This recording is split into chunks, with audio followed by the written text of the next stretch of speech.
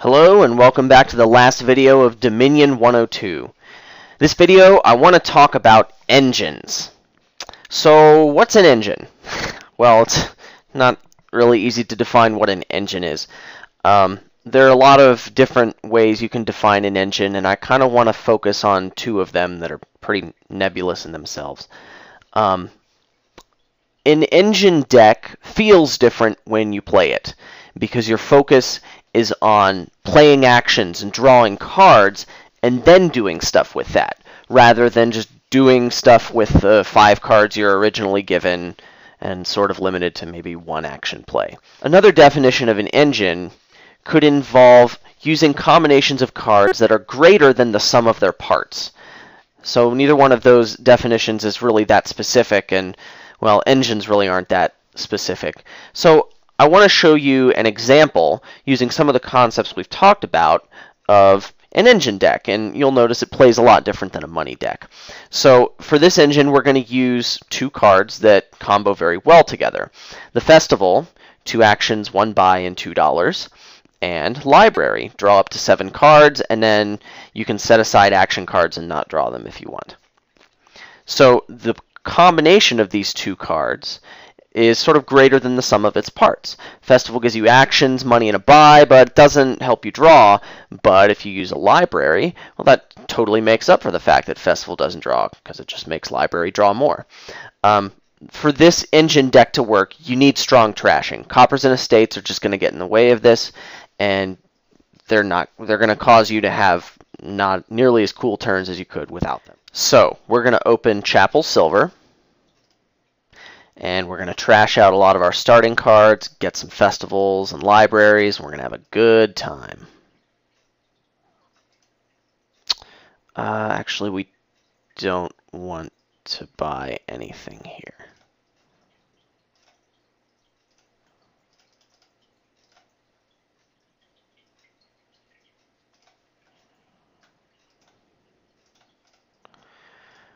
All right, another festival.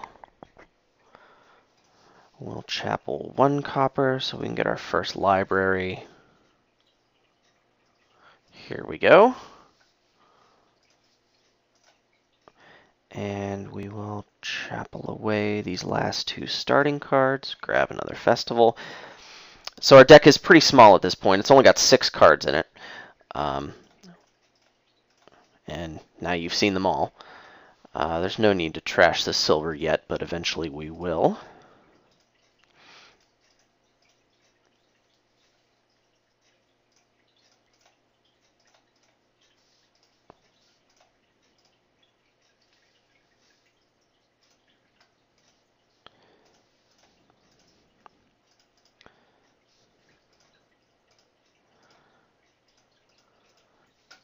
We don't even need to play the library a second time. So let's go ahead and trash the silver. We don't need it anymore to get our double buy here. And this will be the last building turn.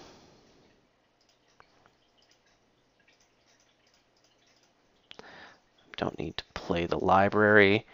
We'll get one last festival, and we will get a 3rd library. So the deck is complete. The entire contents of our deck is 8 festivals, 3 libraries, and this chapel that we can't get rid of. And there's no treasure cards in it at all. And you'll notice that because we don't have any of these dead cards being, a better term is stop cards being cards that you can't play and get them out of your hand so that library can draw again. We don't have any of these, so that's why this deck is able to produce consistently a $16 turn with at least 1 extra buy. So we've aimed for a double province turn. This is already turn 14, so this is relatively quick, and we'll buy double province. And hopefully we'll be able to do the same thing again. It's nice that we can use library to set the chapel aside since it's an action. Doesn't stop us again, so we will set the chapel aside and none of this other stuff.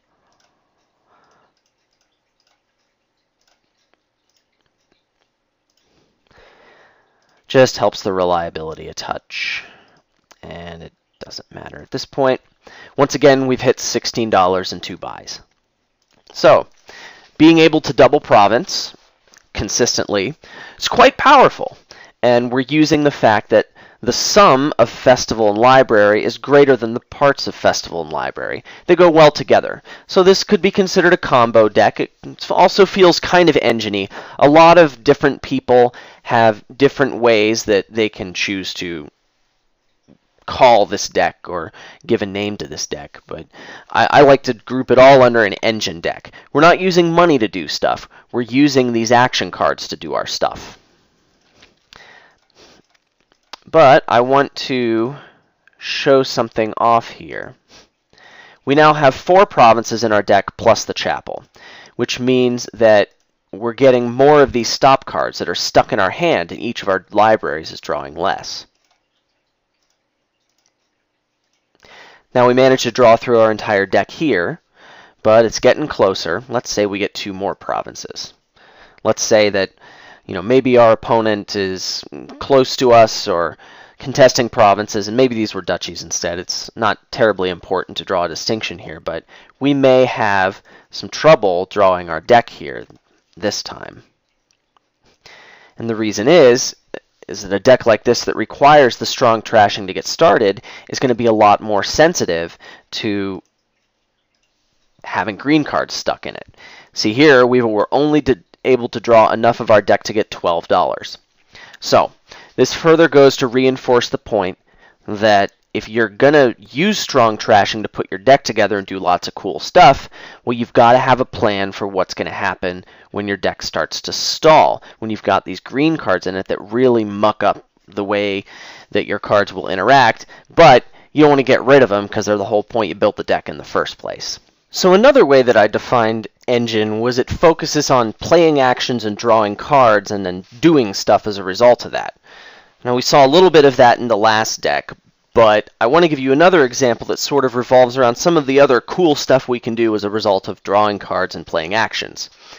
Last deck, we focused on drawing festivals and playing festivals, and the more festivals you got, the more money you were able to generate every turn, and the festival also gave you the plus buy you needed to take advantage of that. There's other stuff you can do, though. Let's take a look at a couple of relevant cards for this example engine I'm going to build. Council Room is the one that gave us 4 cards in a buy, and then each other player draws a card. So you're giving an advantage to your opponent by giving them a larger starting hand size when you play this card.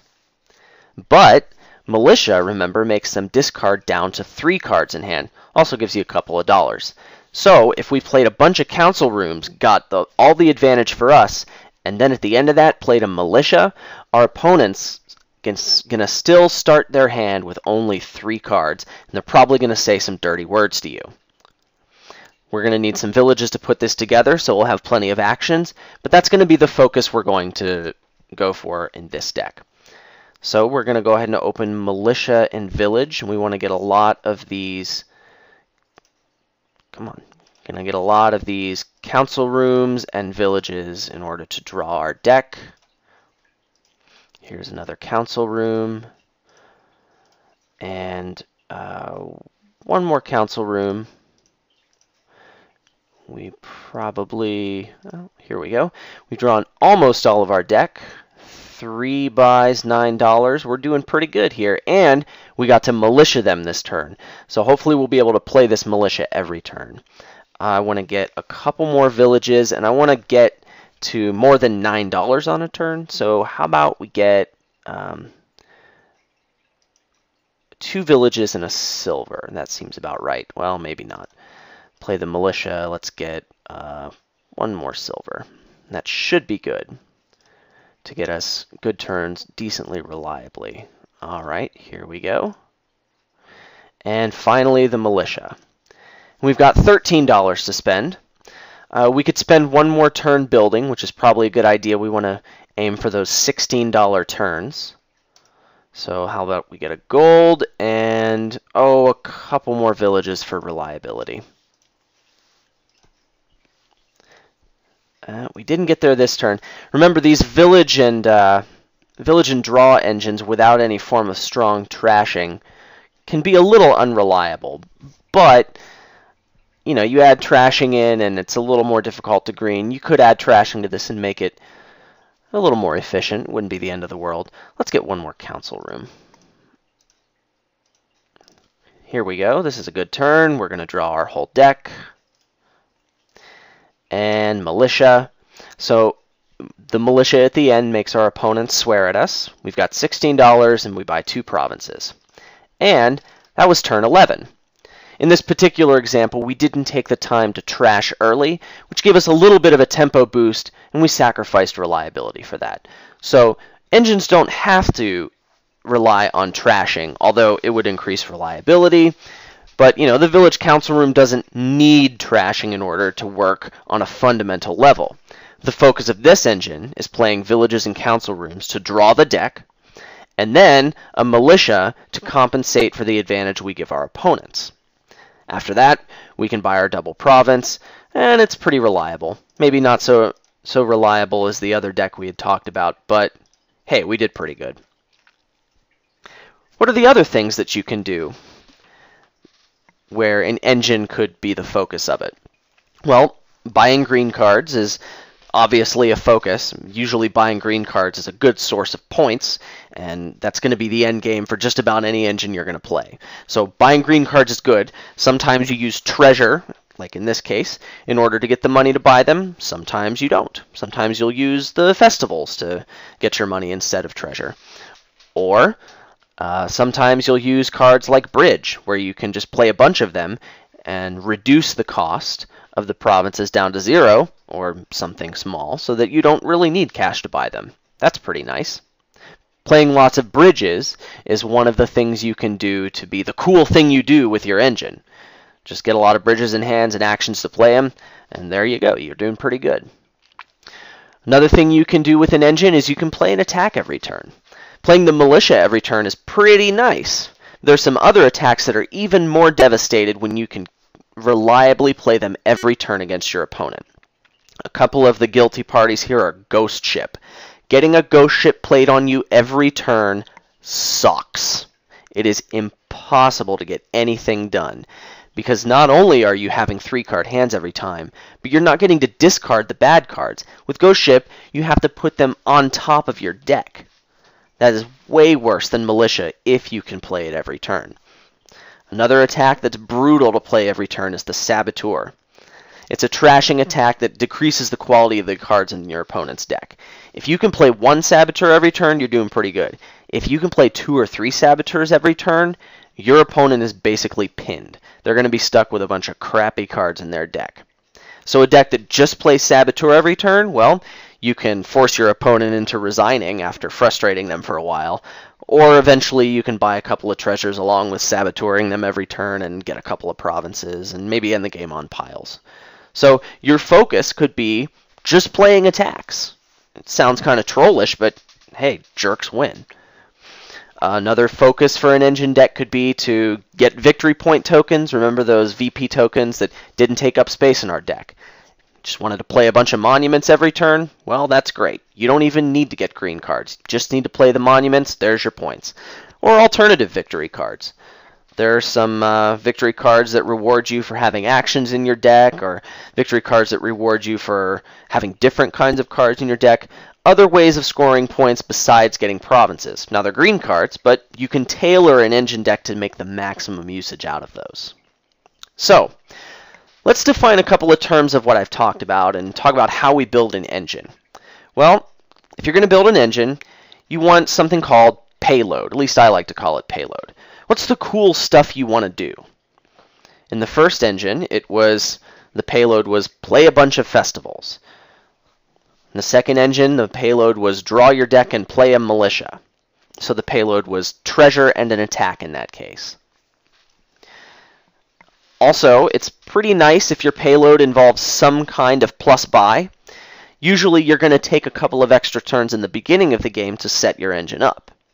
And your opponent, who's just buying money cards, for example, is going to get off to a lead because of that. So you need to be able to catch up.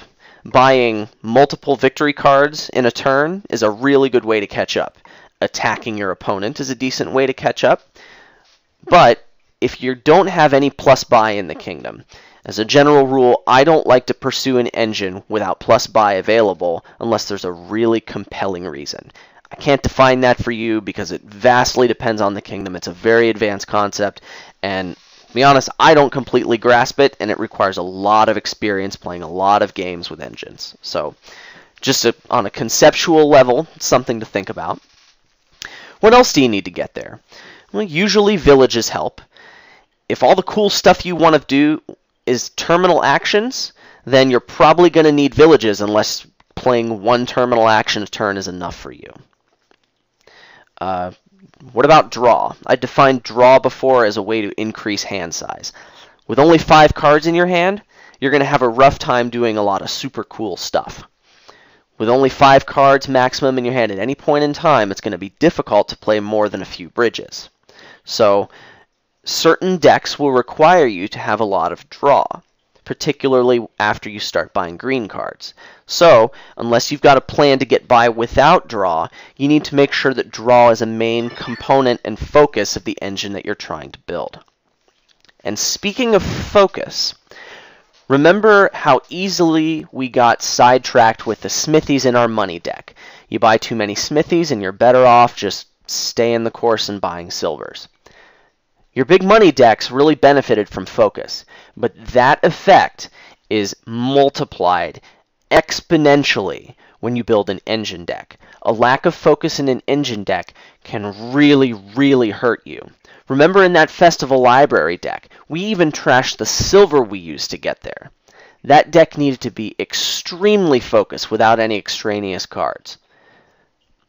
Any lack of focus there will cost you a ton of tempo. Some engine decks don't require as much, but you really need to have a good idea of what you want your deck to look like, how you want to get your deck there as quickly as possible. And that's excessively important with engines. So, this concludes Dominion 102. In the next course, it's going to be Dominion 201. I'm going to start really delving into strategy. I've started to assume a familiarity with a couple of the more basic kingdom cards, but it's a good idea at this point to play a lot of games of Dominion, I'd recommend that at least, and get a feel for a lot more of the different kingdom cards, what they do, what the more powerful ones are, and what playing different kinds of decks feels like. You're probably going to get a lot more out of the next set of videos if you do that. Anyway, thanks for watching, and if you have any comments or questions, please leave them in the comments section on the YouTube or contact me somehow. Bye.